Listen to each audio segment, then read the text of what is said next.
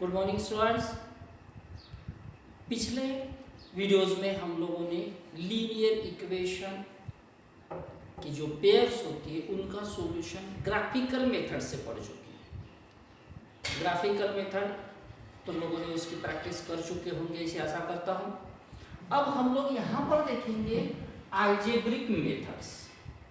अब इस algebraic methods में हमारे पास में 3 टाइप्स होते हैं: substitution method, elimination method, cross multiplication method. अब ये तीनों मेथड से सॉल्यूशन, अब ये 3 मेथड्स प्लस एक हम लोगों ने अलजेब्रिक ग्राफिकल मेथड देख चुके हैं, तो ये चारों तरीके से कोई भी एग्जांपल को अगर हम सॉल्व करते तो उसके वैल्यू लेकिन अलग नहीं होगी, सिर्फ तरीके अलग अलग होंगे। तो मैं यहाँ पर एक एग्जांपल लिया, इस एग्जांपल को हम सभी मेथड से, तीनों मेथड से डिस्कस करेंगे। तो सबसे पहले हम सब्स्टिट्यूशन मेथड देख रहे हैं। तो इस सब्स्टिट्यूशन मेथड में हमारा चाहिए 5x plus 3y equals to 35। ये जो इक्वेशन है, इस इक्वेशन को हम नंबर 1 और ये भी लिख लेता हूँ 2x plus 4y equals to 28, equation number 2। Substitution method में हम लोग क्या करेंगे, तो सबसे पहले दोनों इक्वेशन को चेक करेंगे क्या इसमें कोई एक वेरिएबल यूनिट है। यूनिट मींस व्हाट, यहाँ पर किसी भी प्रकार का कोएफिशिएंट हमको दिखना नहीं चाहिए। नहीं चाहिए का मतलब क्या होगा कि सिर्फ 1 होगा, उसको हम सिंगल बोलेंगे। तो यहाँ ऐसी कोई सिचुएशन नहीं है।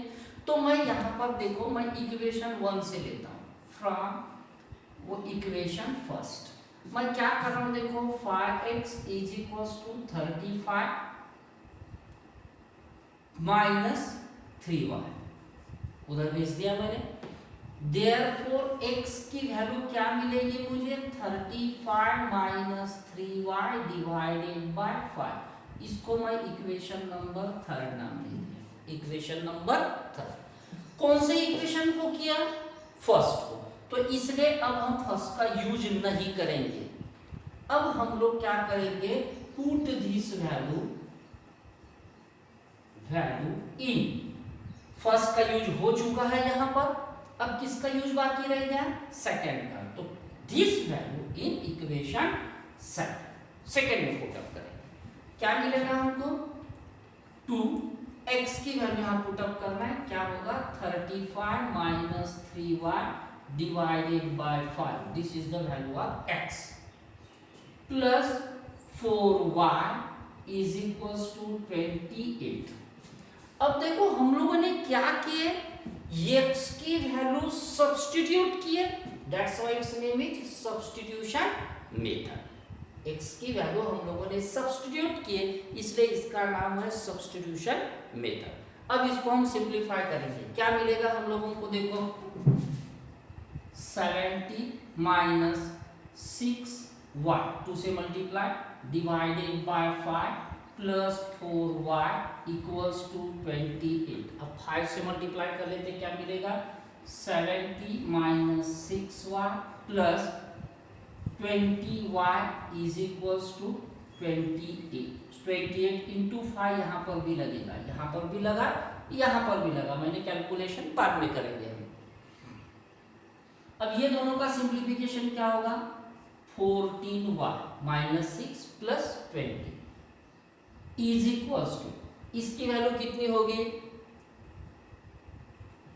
140 होगी क्या, चेक करो, 8 5 जा 52। इसको इधर भेज दो, माइनस 70, क्या मिला 70। 14y is equals to 17, y is equals to कितना मिला हम लोगों को 5। y की वैल्यू कितनी मिले 5। y की वैल्यू मिल चुकी है हम लोगों को। अब हम लोगों को x की वैल्यू फाइंड आउट करना है। तो x हम लोग कहाँ पुट अप करेंगे, फिर से इक्वेशन 3 में, क्योंकि 1 का यूज हो चुका है, 2 का यूज हो चुका है, बचा कौन है 3। तो अभी हम लोग क्या करेंगे, फ्रॉम 3 इक्वेशन नंबर 3 क्या मिलेगा, x is equals to 35 minus 3y. What is the value of y? 5 divided by 5. Simplify. 35 minus 15 divided by 5. This is 20 divided by 5, which is equals to 4. This is the value of x. So at the end, what is the answer? Therefore, x is equals to 4 and y is equals to 5. This is our solution. x is equals to 4, y is equals to 5. ये हो गया हमारा solution. कौन सी method से? Substitution method से। इसी प्रकार से हम लोग इलिमिनेशन और क्रॉस मल्टीप्लिकेशन मेथड भी देख सकते हैं। Now we discuss about the elimination. अभी जो मैंने एग्जांपल लिया था जिस हिसाब से सब्स्टिट्यूशन मेथड से, तो यहाँ पर इसके आंसर क्या आई थी? x की वैल्यू 4 थी, y की वैल्यू 5 थी। मैं यहाँ पर लिख के रखा सॉल्यूशन। ठीक, अब हम लोग इलिमिनेशन लिखेंगे, तो फिर से वही रिपीट करेंगे हम लोग।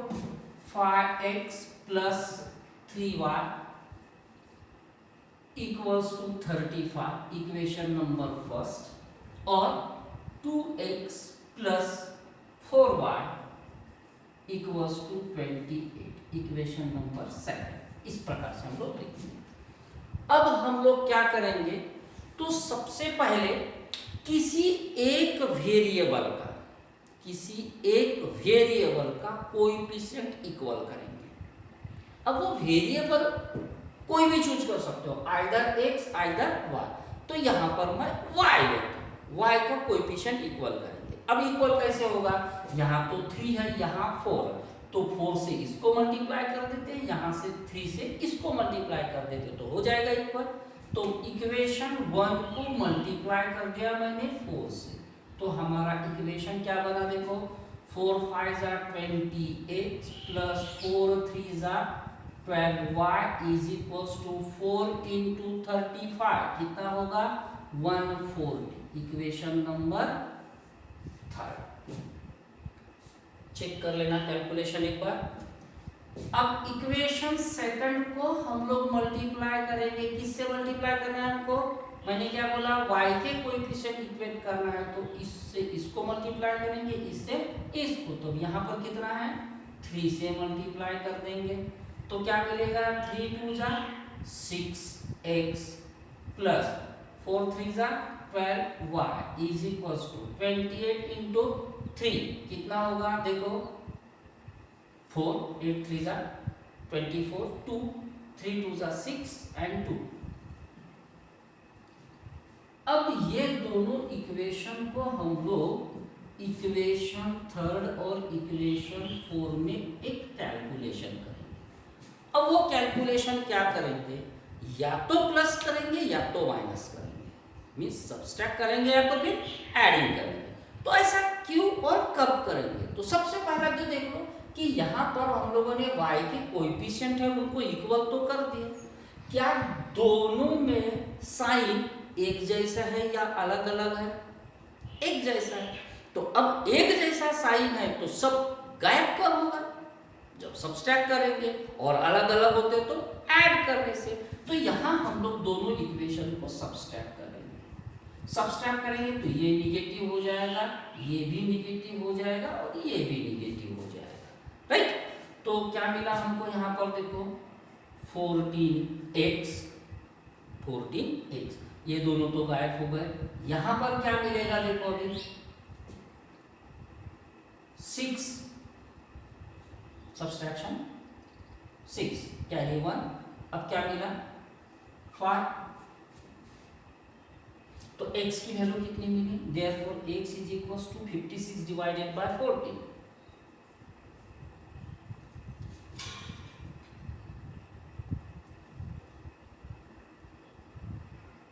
Sorry, x equals to 4, x equals to 4। अब यहां देखो, y इलिमिनेट हो गया ना, इसलिए इसको हम बोलते हैं इलिमिनेशन। नाम भी कैसे? देखो, उसके हिसाब से चल। जब भी हम लोगों ने देखे थे सब्स्टिट्यूशन, क्या किए थे? एक वैल्यू को दूसरे इक्वेशन में पुटअप किए थे, इसलिए इसको क्या बोले हम लोगों ने, सब्स्टिट्यूशन। यहाँ हम लोगों ने y को इलिमिनेट किए, इसलिए इसका नाम हो गया इलिमिनेशन।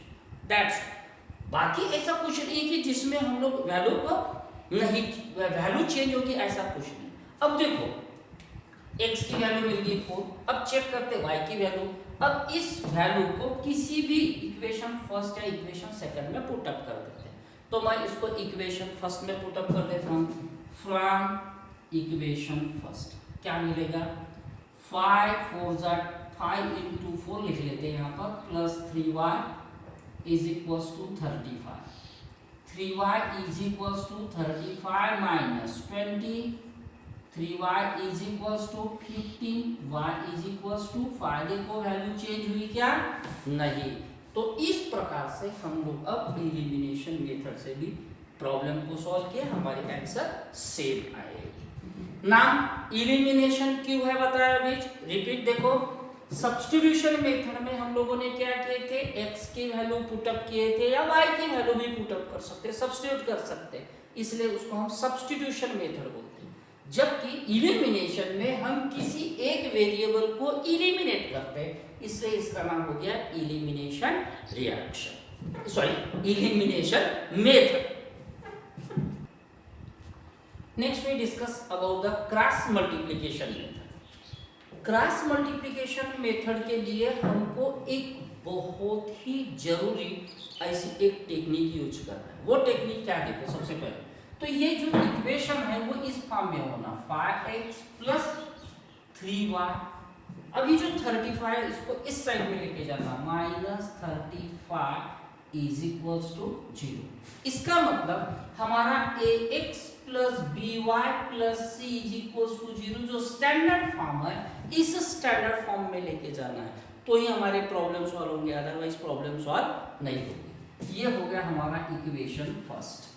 और सेकंड इक्वेशन भी उसी प्रकार से 2x plus 4y minus 28 is equals to 0, equation number 7। अब थोड़ा सा ध्यान ये भी रखना है हम लोगों को कि जैसे मैंने अभी यहाँ स्टैंडर्ड फॉर्म लिखा था, इस स्टैंडर्ड फॉर्म में एक इक्वेशन होगा तो ax plus by plus c, लेकिन डबल फॉर्म इक्वेशन है तो फिर क्या होगा, a1x b1y c1, a2x b2y c2, ये ध्यान में रखना है। अब बाय क्रॉस मल्टीप्लिकेशन मेथड से हम लोगों को सॉल्यूशन फाइंड आउट करना है। तो सॉल्यूशंस के लिए हम लोग क्या करेंगे, तो पहले यहाँ पर x लिख लेंगे, y लिखेंगे, 1 लिखेंगे, x y 1, ये इस प्रकार से। और उसके बाद में यहाँ लिखेंगे b1, यहाँ लिखेंगे c1, यहाँ लिखेंगे bc a1 और लास्ट में फिर से लिखेंगे b1।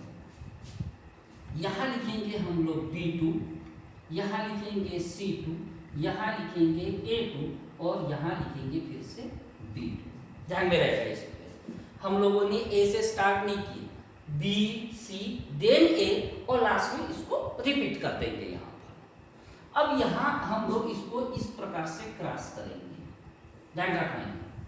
अब इसीलिए इसका नाम है cross multiplication method. Cross multiplication cross कर रहे हैं। अब इसका सॉल्यूशन के लिए हम लोग कैसे होगा, x divided by b1 c2 minus ही लेना यहाँ पर, क्या होगा c1 b2 equals to y divided by c1 के साथ अब किसका मल्टीप्लिकेशन होगा, a2 का, c1 के साथ a2 का क्रॉस करना है हम लोगों को, इसीलिए इसका नाम क्रॉस मल्टीप्लिकेशन मेथड है। a1 c2 is equals to 1 divided by a1 b2 और माइनस b1 a2, इस प्रकार से हम लोग लिखेंगे। अब वैल्यू कैलकुलेटर यहाँ लिखेंगे x डिवाइडेड बाय b1 की वैल्यू कितनी है, देखो ये हो गया b1, चाहो तो तुम यहाँ मेंशन करके रख सकते हो a1 कितना है, b1 कितना है, c1 कितना, उसी प्रकार से a2 b2 c2 मेंशन करके रख सकते हो। तो यहाँ देखो x b1 की वैल्यू कितनी है 3, C2 की वैल्यू है -28 माइनस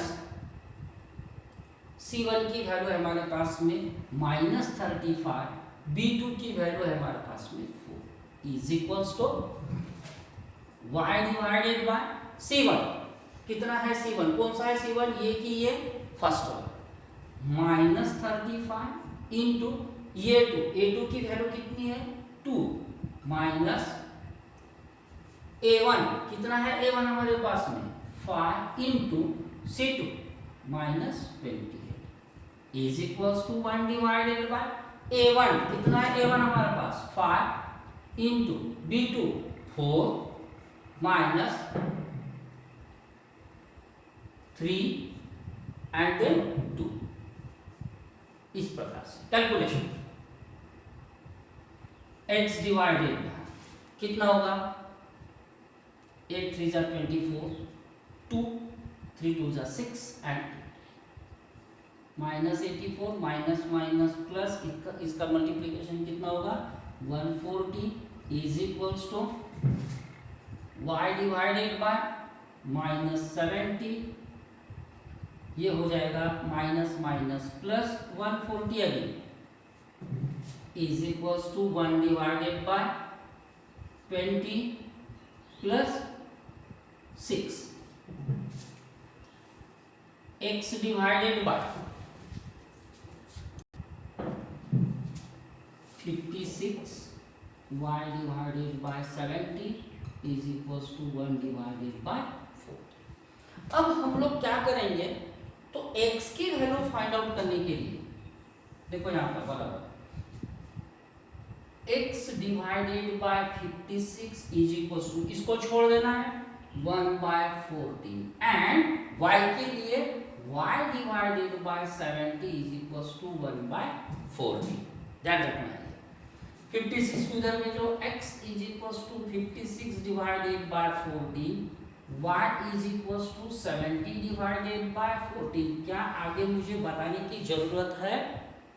तो x की वैल्यू कितनी हुई, x is equals to 4, y is equals to 5।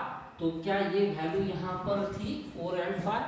It means that the solution of any pair of linear equation by any of the method is unique, वो कभी भी नहीं बदलेगी, चाहे यहाँ पर मेथड ये तीन हो जिसको हम अलजेब्रिक मेथड बोलते हैं या ग्राफिकल मेथड हो, तो भी इसकी वैल्यू कभी भी चेंज नहीं होगी। That's all.